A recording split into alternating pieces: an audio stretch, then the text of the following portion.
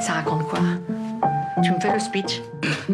Le pitch, c'est l'histoire d'un jeune homme mélancolique dans un monde hostile qui va se suicider.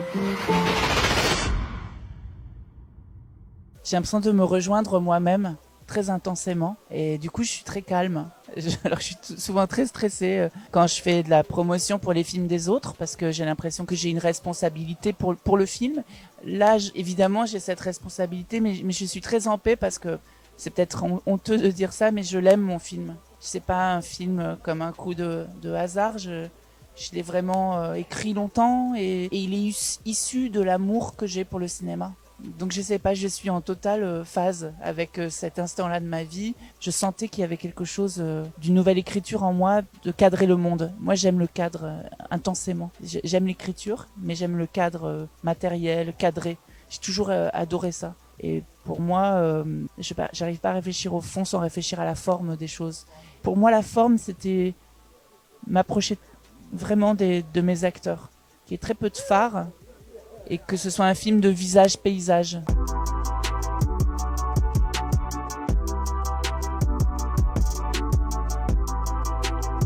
Ça pour moi, ça fait partie de la forme, de s'approcher d'un acteur. D'un contre-champ, par exemple. Après, voilà, je veux pas dire que tout est absolument conscient, mais les structures chant-contre-champ dans mon film, il y a toujours une réflexion là-dessus. C'est pas toujours celui qui parle, celui qui écoute. Il y a des longueurs. Il y a tout à coup des rapprochements de valeurs de plan totalement beaucoup plus dedans.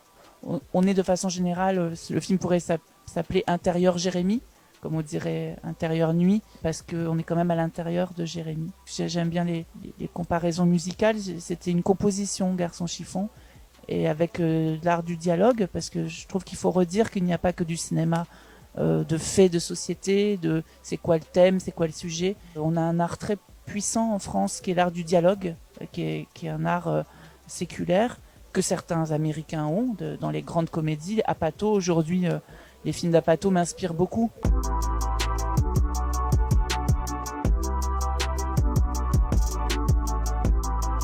Laure et moi, ça a été une invasion, notre rencontre sur 10%, et je voulais qu'elle soit là. L'histoire de cette scène, c'est ouvrir un chant d'amour vers une actrice, vers Laure. Et en même temps, j'étais très dirigiste aussi parce que je trouvais trop facile, parfois le regard sur les femmes, tout à coup, oui, elle est hystérique, etc. En fait, Laure, à ce moment-là, la réalisatrice, Sylvie, dans la scène, c'est moi. C'est-à-dire, c'est pas Emma Bovary, c'est moi, mais cette Sylvie, c'est moi, qui crie t'en es capable d'écrire une réplique, toi, hein? Et le cinéma, c'est pas un programme, hein, c'est genre on a décidé, on va s'y tenir. Tout ce qu'elle dit, c'est mon battement. C'est exactement ce que je pense. Et c'est ça que j'aime dans le cinéma. C'est qu'au bout d'un moment, on n'est plus seul avec tout ça. L'écriture, on est vraiment seul. Et puis, quand on tourne, quand même, il y a la grâce des acteurs que j'aime plus que tout regarder et diriger aussi.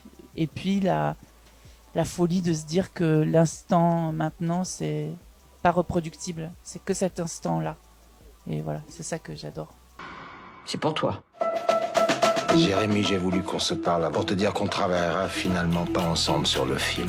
J'ai changé d'avis. J'ai choisi Ramzy, voilà.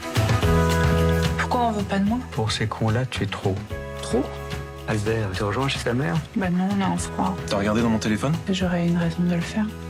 Monsieur, le cabinet est fermé. C'est qui? Mais qu'est-ce que tu fais là? Je suis son mari, monsieur. On n'est pas mariés, tu sors d'ici. Tu sortes! Soigne ta jalousie.